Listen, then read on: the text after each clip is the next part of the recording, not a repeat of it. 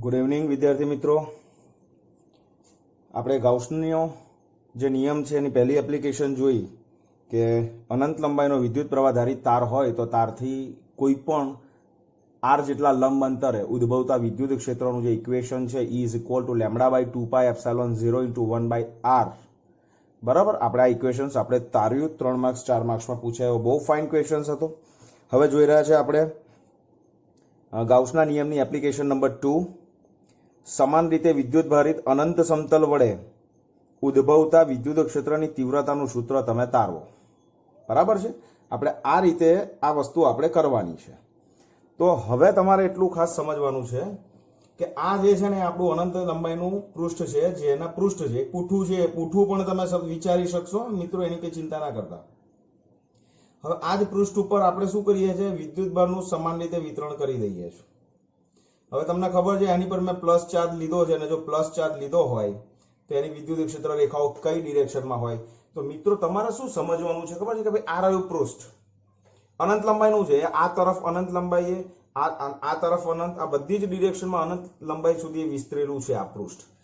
આ પૃષ્ઠની ક્ષેત્ર રેખાઓ આવી રીતે હશે, કારણ કે ધન વિદ્યુત ભાર છે તો ધન વિદ્યુત ભારની વિદ્યુત ક્ષેત્ર રેખાઓ કેવી રીતે હોય, પૃષ્ઠના લંબ બહાર તરફની હોય. આ તરફ કેવી હશે, આ તરફ હશે. તો હું બંને બાજુ વિદ્યુત ક્ષેત્રની ડિરેક્શન ખાલી મિત્રો તમને બતાવી દઉં કે અહીંયાથી વિદ્યુત ક્ષેત્ર આ તરફ મળે અને અહીંયાથી વિદ્યુત ક્ષેત્ર પાછળની સાઈડ જે છે ત્યાં આ તરફ મળે. તો આ આપણું મિત્રો વિદ્યુત ક્ષેત્રની ડિરેક્શન થઈ આ પૃષ્ઠ પરના સમાન રીતે વિતરિત થયેલા વિદ્યુત ભારને કારણે. ક્લિયર?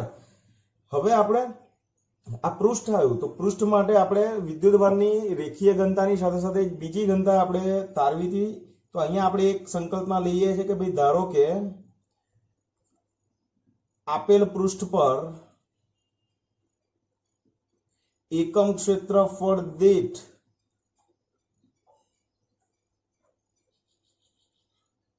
વિદ્યુત ભાર આપણે ધારવો પડશે મિત્રો. તો વિદ્યુત ભારની પૃષ્ઠ ઘનતા વ્યાખ્યાયિત કરવા માટે સંજ્ઞા કઈ હતી, સિગ્મા છે. ઓકે, તો એકમ ક્ષેત્રફળ દીઠ વિદ્યુત ભાર સિગ્મા છે. સી હવે આપણે શું કરવું છે, શું શોધવું છે, આ પૃષ્ઠથી અહીંયા આ કોઈ બિંદુ છે P, અને આ P બિંદુ પાસે આપણે વિદ્યુત ક્ષેત્રની તીવ્રતા શોધવી છે. હવે આ પૃષ્ઠથી P બિંદુ છે આપણે ધારી લઈએ મિત્રો, તો કે આ બિંદુ છે, આ ડિસ્ટન્સ છે સપોઝ R. તો આ પૃષ્ઠની બીજી બાજુ પણ R જેટલા ડિસ્ટન્સ છે એક બીજું બિંદુ આપણને મિત્રો મળશે. તો એ જે બિંદુ છે ધારી લઈએ છે સપોઝ અહીંયા છે, that is P dash. Means આપણે હમણાં કન્સિડર કરો કે પૃષ્ઠથી R અંતરે બે બિંદુ છે, એક આ બાજુ ડાબી બાજુ P અને જમણી બાજુ P ડેશ. આ બંને બિંદુ પૃષ્ઠથી સમાન અંતરે છે. આ ડિસ્ટન્સ પણ આપણે ધારી લઈએ છીએ, ધેટ ઇઝ R. તો હવે આપણે શોધવું છે આ P બિંદુ પાસે વિદ્યુત ક્ષેત્રની તીવ્રતા. પણ એ પણ તમને આ શું છે, ગાઉસના નિયમની ઉપયોગિતા છે. એટલે ગાઉસનો નિયમ તમારે અહીંયા વાપરવો હોય તો આપણે સૌથી પહેલા આપણી સંકલ્પના યાદ કરો કે ગાઉસના નિયમનો એપ્લિકેશનથી જ્યારે તમારે વિદ્યુત ક્ષેત્રની તીવ્રતા શોધવી છે આ P બિંદુ પાસે, તો તમારે એક ગાઉસિયન પૃષ્ઠ વિચારવું પડે મિત્રો.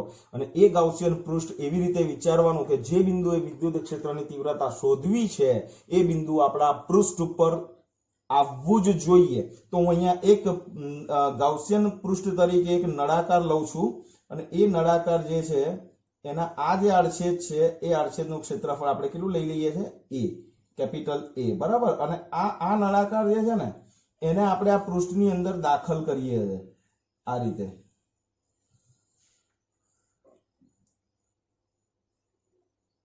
ક્લિયર? એટલે આમાં સિમ્પલ તમારે કશું નથી કરવાનું. સી એક આ પૃષ્ઠ હોય ને, આ પૃષ્ઠ આ છે, તો આ સપોઝ તમારું પૃષ્ઠ છે, તો આ પૃષ્ઠ ઉપર તમે અહીંયા એક નળાકાર આખો અંદર દાખલ કરી દો, તો અડધો નળાકાર અંદર ને અડધો નળાકાર બહાર, એ પરિસ્થિતિ થઈ મિત્રો. હવે આ જે છે ને એનું ક્ષેત્રફળ બંને બાજુનું કેવું હોય, સમાન. તો આનું ક્ષેત્રફળ આપણે ધારી લઈએ છીએ A. તો જુઓ એની ડિરેક્શન કઈ તરફ આવશે, આ તરફ, પૃષ્ઠને લંબ બહાર તરફ. એવી રીતે આ જે બિંદુ છે એ બાજુ આપણને ક્ષેત્રફળ સદિશ મળશે આ તરફ. અને ગાઉસિયન નળાકારના ટોટલ 3 સરફેસ છે મિત્રો. આપણે એને નંબર આપી દઈએ, this is your number 1, this is your number 2 surface, એટલે બંને સાઈડની લીધી છે. અને આ જે છે આપણી વક્ર સપાટી છે, આ વક્ર સપાટી છે. ચલો વક્ર સપાટી ઉપર એ કેવો મળશે આપણને, આ તરફ મળે મિત્રો. કેમ? વક્ર સપાટી પર કોઈ પણ બિંદુએ એ કેવો હશે, પૃષ્ઠને લંબ, અને આ બિંદુ પાસે વિદ્યુત ક્ષેત્ર તો ઓલરેડી આપણને અહીંયા આ તરફ મળે જ છે. તો અહીંયા થીટા કેટલો થઈ ગયો મિત્રો? 0 ડિગ્રી. અહીંયા થીટા કેટલો થઈ ગયો? E અને E વચ્ચેનો 0 ડિગ્રી. અહીંયા થીટા કેટલો થઈ ગયો? π/2. ક્લિયર થાય છે ને મિત્રો? તો હવે આપણે શું શોધવાનું છે? આ પૃષ્ઠથી r જેટલા અંતરે રહેલું બિંદુ P છે ત્યાં વિદ્યુત ક્ષેત્રની તીવ્રતા આપણે કેટલી ધારી છે? E. તો આપણે આ E શોધવાનું છે. ક્લિયર? હવે આપેલ પૃષ્ઠ પર એકમ ક્ષેત્રફળ દીઠ વિદ્યુતભાર આપણે સિગ્મા ધારી લઈએ છીએ. ચલો તો હવે આપણે લીધેલ ગાઉસિયન નળાકાર પૃષ્ઠ વડે ઘેરાતું કુલ ફ્લક્સ એટલે સપાટી 1, 2 અને 3 વડે ઘેરાતું ફ્લક્સ. ઓકે, આપણે શોધવું છે. હવે મિત્રો તમને યાદ કરાવી દો, આપણે ગાઉસનો નિયમ શું કહે છે? તો કે ગાઉસનો નિયમ, મિત્રો તમે ગાઉસ અથવા ગોસ કોઈ પણ શબ્દ વાપરી શકશો એક્ઝામમાં પણ, ડોન્ટ વરી. ગાઉસનો નિયમ જે છે આપણું મેથેમેટિકલ ઇક્વેશન લખી દો, એના માર્ક્સ છે. what's the relations? that is phi is equal to integration of E dot dA and is equal to Q divided by epsilon 0. Okay, હવે આપણે સરફેસ 1, સરફેસ 2 અને સરફેસ 3 ત્રણ સરફેસ સાથે કુલ ફ્લક્સ શોધવું છે. what is our phi? Phi that is equal to phi 1 plus phi 2 plus phi 3. Clear? હવે તમે જોઈ લો, ચલો સરફેસ 1 છે તો સરફેસ 1 નું ઇક્વેશન શું આવશે? E A cos theta, એટલે cos theta કેટલો છે? 0. તો cos 01, તો phi 1 થશે આપણું E into A. Clear? what is phi 2? again same direction, E and A in the same direction. take the flux, the value of flux, that is E into A again. now what is flux? phi 3. yes, exactly, phi 3. બોલો જલ્દી બોલો. phi 3 angle is π/2 મિત્રો. તો E અને A વચ્ચેનો angle π/2 હોય તો phi 3 કેટલું થઈ જશે તમારું? 0.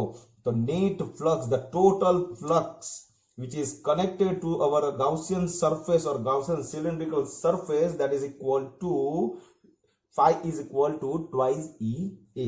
this is our net flux, total flux. okay, એટલે આપણી લેફ્ટ સાઈડ ક્લિયર થઈ ગઈ મિત્રો. નેક્સ્ટ અહીં સુધી ક્લિયર છે, રાઈટ? હવે જમણી બાજુ શું આવે છે? Q. તો આપણે અહીંયા બીજી વસ્તુ જો સી આને નંબર 1 આપી જ દેવાનો છે આપણે. હવે આપણે જોઈએ છે ગાઉસિયન પૃષ્ઠ વડે ઘેરાતો વિદ્યુતભાર કેટલો? આ જેને ખબર પડી ગઈ મિત્રો, આ જેને શોધતા આવડી ગયું ને, એનું કામ પતી ગયું મિત્રો. ક્લિયર? બહુ જ બેસ્ટ એક્ઝામ્પલ આપું છું, ખાલી તમે સમજી લો. તમને એવું થશે કે સાહેબ આ કેવી રીતે આવ્યું? તો જો એક સિમ્પલ ઉદાહરણ અલગ ફિગરથી હું તમને લોકોને બતાવું છું, તમે ધ્યાનથી જુઓ. સપોઝ આ એક પૃષ્ઠ છે. ઓકે, આ પૃષ્ઠ છે. હવે આના ઉપર તમે જુઓ, આ એક વિદ્યુતભાર સમાન રીતે વિતરિત થયેલો છે. ઓકે, ધ્યાન રાખજો નોટ્સ બનાવતી વખતે આ ફિગર જે છે એને એક્ઝામમાં ડ્રો કરીને એનું ડિસ્ક્રિપ્શન આપવાની જરૂર નથી. Just only for your easy understand, કે તમે એકદમ ઇઝીલી ક્લિયર થઈ જાય. હવે જુઓ ધ્યાનથી મિત્રો, આપણે એક નળાકાર લઈ લઈએ. ચલો આ આપણું પૃષ્ઠ છે. આ જે રેડ કલરનું પૃષ્ઠ છે ને એ આ રહ્યું, અને આપણો ગાઉસિયન નળાકાર મિત્રો આ રહ્યો. હવે આ નળાકાર છે ને એનો 50% પોર્શન તમારે ઉપર સમજવાનો અને 50% પોર્શન આ કાગળની નીચે તમારે વિચારવાનો છે. ઓકે, ચલો તો આપણે હવે જોઈએ છે કે આપણો ગાઉસિયન નળાકાર આ રહ્યો. તો આપણા ગાઉસિયન નળાકારે ઘેરેલો કુલ વિદ્યુતભાર કેટલો? તો એવું કહી શકું કે આટલા પોર્શનની અંદર જેટલો વિદ્યુતભાર ઘેરાય છે એટલો વિદ્યુતભાર આ પૃષ્ઠ વડે ઘેરાય છે. તો હવે આપણે જોઈએ છે આટલાની અંદર રહેલો વિદ્યુતભાર. ચાલો, ઓકે, તો આનું ક્ષેત્રફળ ખબર છે તમને? તો કે this is your capital A which is taken earlier. Okay, આપણો આ નળાકાર છે એનો આ આડછેદ છે એનું ક્ષેત્રફળ આપણે કેટલું કન્સિડર કર્યું છે, ધેટ ઇઝ કેપિટલ A. તો કેપિટલ A અહીંયા છે, આ આપણી મેઇન, આ આપણું આપણું બેઝિક પૃષ્ઠ છે, આ ગાઉસિયન પૃષ્ઠ છે, ક્લિયર ને, ગાઉસિયન પૃષ્ઠ છે. ચલો આના વડે કેટલો વિદ્યુતભાર ઘેરાય તો એ ખબર નથી, તો આપણને એનું ક્ષેત્રફળ ખબર છે. સેન્ટેન્સ 1 પર આવી જાઓ. આ પૃષ્ઠ ઉપર, આ ગ્રીન કલરના પૃષ્ઠ ઉપર એકમ ક્ષેત્રફળ દીઠ વિદ્યુતભાર કેટલો છે, સિગ્મા. તો આનું ક્ષેત્રફળ કેટલું છે, A. તો ગાઉસિયન પૃષ્ઠ વડે ઘેરાતો કુલ વિદ્યુતભાર કેટલો થશે, that is A into sigma. બોલો કઈ ડાઉટ મિત્રો? 100% ક્લિયર થઈ ગયું છે, મને ખબર છે. ઓકે, ચાલો આપણી થિયરી મિત્રો પૂરી થઈ ગઈ. ધ્યાનથી જોઈ લેજો. ફાઈ અને ક્યુ, આ ફાઈ અને આ ક્યુ આપણે અહીંયા રિપ્લેસ કરી દઈશું એટલે આપણને ઇક્વેશન મળશે. ફાઈ ની વેલ્યુ આપણને કેટલી મળી, ધેટ ઇઝ ટ્વાઇસ EA. તો twice EA which is equal to A into sigma divided by epsilon 0. A gets cancelled, so E is equal to, we will get sigma by twice epsilon 0. Okay, હવે બહુ જ અગત્યનું conclusion છે મિત્રો, ધ્યાનથી જોજો. અનંત લંબાઈના અનંત સમતલ સમાન રીતે વિદ્યુત ભારિત અનંત સમતલ વડે ઉદ્ભવતા વિદ્યુત ક્ષેત્રની તીવ્રતા આપણે આ બિંદુએ શોધી. ચલો આ બિંદુએ ક્ષેત્રની તીવ્રતા કેટલી મળી, સિગ્મા બાય ટ્વાઇસ એપ્સિલોન 0. યાદ રાખો મિત્રો, સિગ્મા છે ને તો આ પૃષ્ઠ ઉપર રહેલો એકમ ક્ષેત્રફળ દીઠ વિદ્યુતભાર છે, which is constant on each and every unit area. તમારો જે છે એકમ ક્ષેત્રફળ દીઠ વિદ્યુતભાર સિગ્માની વેલ્યુ કોન્સ્ટન્ટ છે, એપ્સિલોન 0. મિત્રો યાદ કરો, શૂન્યાવકાશની permittivity again constant means E જે છે એ આપણને આ P બિંદુ પાસે સિગ્મા બાય ટ્વાઇસ એપ્સિલોન 0 મળે છે, which is not depends on the distance where the point P is. Okay, P ક્યાં છે એના ઉપર આ વિદ્યુત ક્ષેત્રનો આધાર નથી. મીન્સ સમજી લો કે આ જે આ કાગળ છે, રાઈટ, આ કાગળ છે, તમે ધ્યાનથી જુઓ, આ કાગળ પર સમાન રીતે વિદ્યુતભાર વિતરિત થયેલો છે. તો આ કાગળ ઉપર જોજો ધ્યાનથી, આ બિંદુ પાસે અહીંયા સમાન રીતે વિદ્યુતભાર વિતરિત થયેલો હોય તો આ બિંદુ પાસે ક્ષેત્ર કેટલું, સિગ્મા બાય ટ્વાઇસ એપ્સિલોન 0. અહીંયા કેટલું, સિગ્મા બાય ટ્વાઇસ એપ્સિલોન 0. અહીંયા કેટલું, સિગ્મા બાય ટ્વાઇસ એપ્સિલોન 0. અહીંયા કેટલું, સિગ્મા બાય, અહીંયા સિગ્મા બાય, અહીંયા સિગ્મા બાય. ક્લિયર થઈ ગયો? તો મીન્સ અનંત લંબાઈનું અનંત સમતલ હોય સમાન રીતે વિદ્યુત ભારિત, તો યાદ રાખો વિદ્યુત ક્ષેત્રની તીવ્રતા E જે છે તે E એ બિંદુ ક્યાં છે અંતર પર આધારિત નથી. શેના પર આધારિત છે, એકમ ક્ષેત્રફળ દીઠ વિદ્યુતભાર. જો સિગ્માની વેલ્યુ વધારે હોય તો એ બિંદુ પાસે વિદ્યુત ક્ષેત્રની તીવ્રતા વધારે મળે. ક્લિયર? ધારી લો, સપોઝ ધારી લો કે સિગ્માની વેલ્યુ દાખલા તરીકે 5 છે મિત્રો, બરાબર. તો આર અંતરે ક્ષેત્રની તીવ્રતા E proportional to 5 ના ફોર્મેટમાં આવશે. But if sigma is going to be double, sigma double થઈ જાય છે તો ત્યાં એ બિંદુ પાસે વિદ્યુત ક્ષેત્રની તીવ્રતા પણ કેવી થઈ જશે મિત્રો, ડબલ થઈ જશે. મીન્સ E ની દિશા કઈ, હવે તમે ધ્યાનથી જુઓ તો E ની દિશા એટલે E ની દિશા કઈ મળે, P બિંદુ પાસે E આમ મળે, અહીં આ બિંદુ હોય અહીંયા તો P આમ મળે. તો બેઝિકલી આપણે એવું કહી શકીએ છીએ કે આ પૃષ્ઠને લંબ એવી દિશા અને સમતલથી દૂર તરફ જતી દિશા એટલે આપણા વિદ્યુત ક્ષેત્રની દિશા. તો આને આપણે સદિશ સ્વરૂપે લખીએ તો સદિશ સ્વરૂપ આપણને E જે મળે છે, which is equal to sigma by twice epsilon 0 n caret. Okay, તો n caret એટલે મળશે આપણને મિત્રો આ equations. Now what is n caret? n caret શું છે મિત્રો, અહીંયા લખી આપું છું. n caret જે છે એ આપણા સમતલને લંબ અને સમતલથી આ બાજુ હોય તો એ સમતલથી દૂર જાય, આ બાજુ હોય તો પણ સમતલથી દૂર જાય, એટલે સમતલથી દૂર તરફ જતી દિશા માનો એકમ સદિશ. ક્લિયર? તો મિત્રો આ આપણો ગાઉસનો ઉપયોગ 2. ક્લિયર? તો બહુ મસ્ત પ્રિપરેશન કરીને લખવાનું છે. અગેન આ છે ક્વેશ્ચન્સ પણ આપણને 2 માર્ક્સ or 3 માર્ક્સ. ક્લિયર? તમને લખી શકાશે. અને બીજું જેડબલ નીટમાં પણ બેસ્ટ ઇક્વેશન્સ તમને કામ લાગવાનું છે. Is equal to sigma by twice epsilon 0. યાદ રાખજો, અનંત સમતલ હોય સમાન રીતે વિદ્યુત ભારિત, તો વિદ્યુત ક્ષેત્રની તીવ્રતા that is not depends on the distance from the point. Clear? તો આટલું ખાલી ધ્યાનમાં તમારે રાખવાનું છે. ઓકે, મળીએ તો. જય શ્રી કૃષ્ણ, ગુડ લક. ચાલો મિત્રો, ગાઉસનો જે આપણે બીજો ઉપયોગ જોયો કે વિદ્યુત ભારિત સમાન રીતે વિદ્યુત ભારિત અનંત સમતલ હોય તો વિદ્યુત ક્ષેત્રની તીવ્રતા જે છે આપણને કેટલી મળી? Is equal to sigma by twice epsilon 0. Okay, હવે આપણે બહુ જ ધ્યાનથી આખી થિયરી સમજજો મિત્રો. દાખલા તરીકે આ એક પૃષ્ઠ છે, જેના ઉપર વિદ્યુતભાર સમાન રીતે વિતરિત થયેલો છે, બરાબર. અને આના પરની જે પૃષ્ઠ ઘનતા છે એ આપણે લઈ લઈએ છીએ, that is plus sigma 1. Okay, અને હવે એની બાજુમાં બીજું એક આવું જ બીજું એક પૃષ્ઠ મૂકી દઈએ. અનંત લંબાઈનું જ છે મિત્રો, અનંત લંબાઈ. હમણાં આગળ જે થિયરી જોઈ છે એ થિયરીની આ બહુ જ અગત્યની એપ્લિકેશન્સ છે, તમે ધ્યાનથી જોજો. કોઈ એક તમારું સેચ પણ ડિસ્ટ્રેક્ટ થયા તો પોઈન્ટ ક્યાં જતા રહેશે ખબર નહીં પડે. ઓકે, આપણે હમણાં ધારીએ છીએ આ બંને પ્લેટ ઉપર, બંને પ્લેટ અનંત અંતર લંબાઈ અનંત સમતલ છે અને બંને ઉપર સમાન રીતે ધન વિદ્યુતભાર વિતરિત થયો છે. ક્લિયર છે? હવે તમારે આ જે છે એની ઉપરની પૃષ્ઠ ઘનતા પણ આપણે કન્સિડર કરી દઈએ, ધેટ ઇઝ સિગ્મા 2. ઓકે, હવે તમે હમણાં જ ભણ્યા કે અનંત લંબાઈનું પૃષ્ઠ અનંત સમતલ હોય તો અનંત સમતલને કારણે ઉત્પન્ન થતું વિદ્યુત ક્ષેત્ર કેટલું હોય? Sigma by epsilon 0. હવે ધ્યાનથી સાંભળજો. હવે આપણે જે શોધવા જઈ રહ્યા છે તે આપણે એક તો સૌથી પહેલા આ બંને સમતલની ડાબી બાજુ, આ સિગ્મા 1 ની ડાબી બાજુ અહીંયા એક પોઈન્ટ છે, સપોઝ આપણે એને ધારી લઈએ છીએ પોઈન્ટ P. ઓકે, બીજું એક પોઈન્ટ ધારી લઈએ છીએ આ બાજુ અને ધેટ ઇઝ R. અને અહીંયા સેન્ટરમાં એક પોઈન્ટ ધારી લઈએ છીએ, સપોઝ ધીસ ઇઝ Q.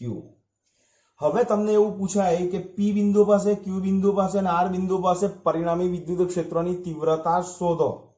તો કેવી રીતે શોધીશું?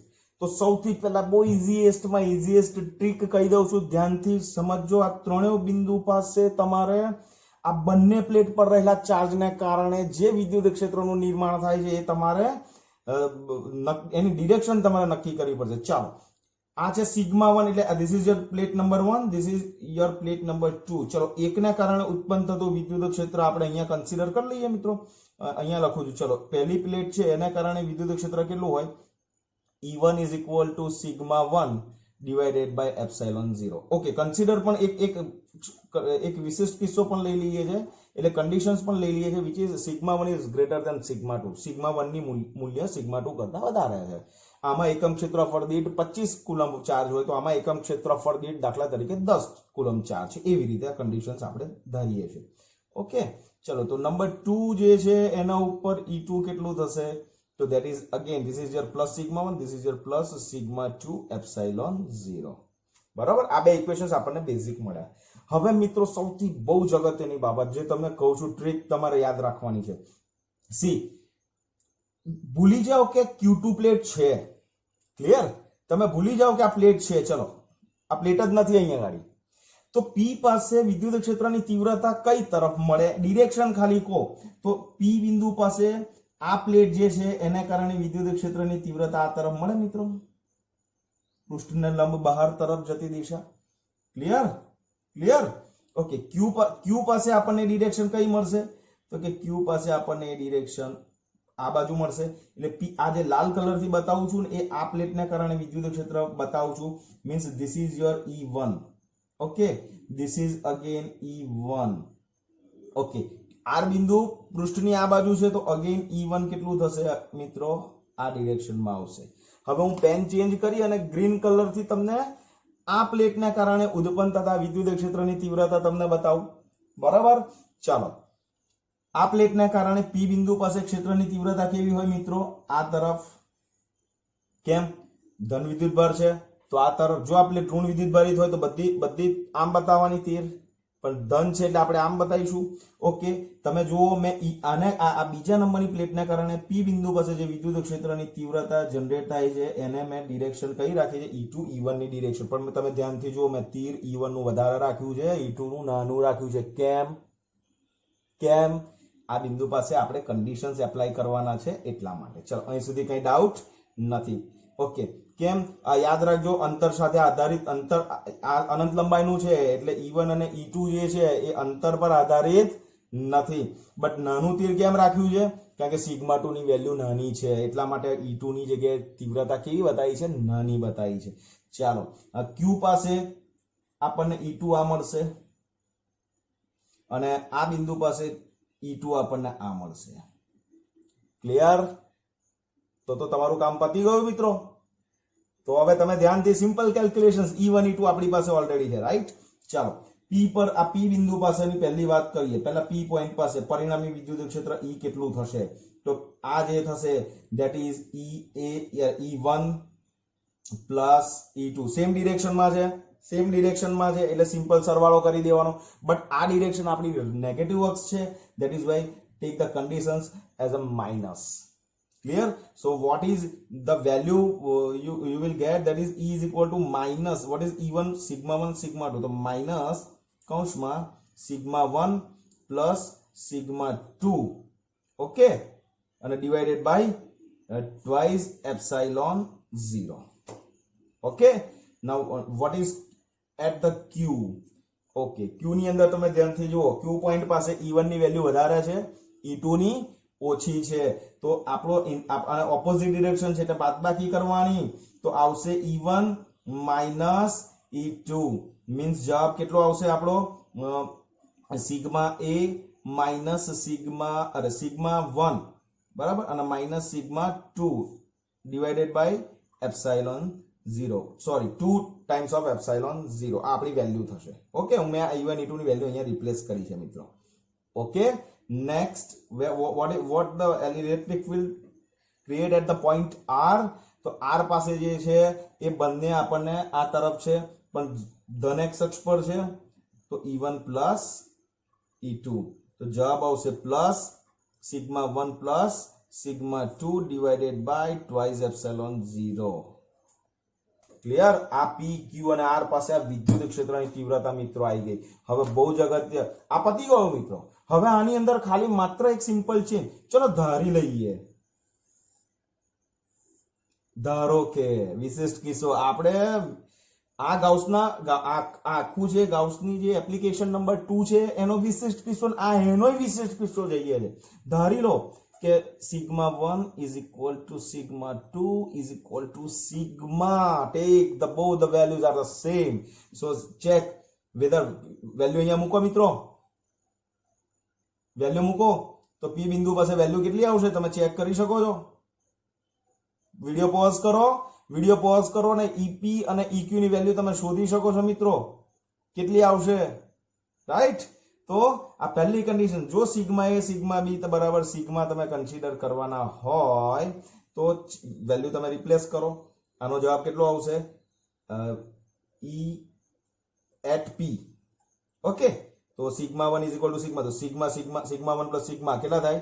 Twice sigma, twice cancel, minus sigma by epsilon 0. Okay, અને આનું મૂલ્ય લેશો, આનું મોડ ઓફ EP લેશો તો કેટલું આવશે? Sigma by epsilon 0. Clear? Now what is about ER? That is again same answer we will get, sigma by epsilon 0. ER is equal to again sigma by epsilon 0. Clear? Next, what about at Q? What about at Q? So sigma 1 is equal to sigma 2, which is equal to sigma minus sigma 0. EQ ની value થઈ જશે અહીં આગળ મિત્રો 0. Clear? આ વિશિષ્ટ કિસ્સો છે અને હવે આપી રહ્યો છું તમને હોમવર્ક, ધ્યાનથી જોજો. હોમવર્ક ઓકે, ધ્યાનથી હા મિત્રો, આ હોમવર્ક છે તમારું.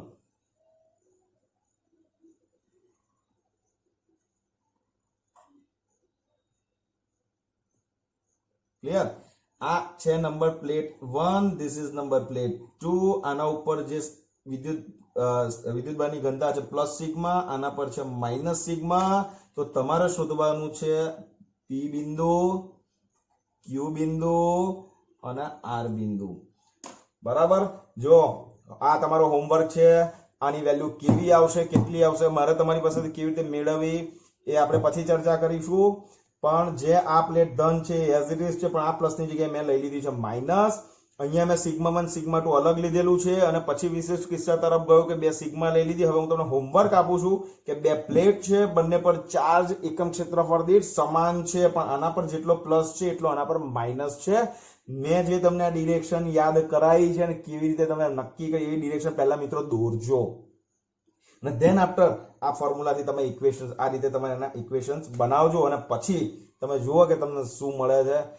મજા આવશે મિત્રો. આ તમારું હોમવર્ક છે. ક્લિયર? તો મળીએ. જય શ્રી કૃષ્ણ.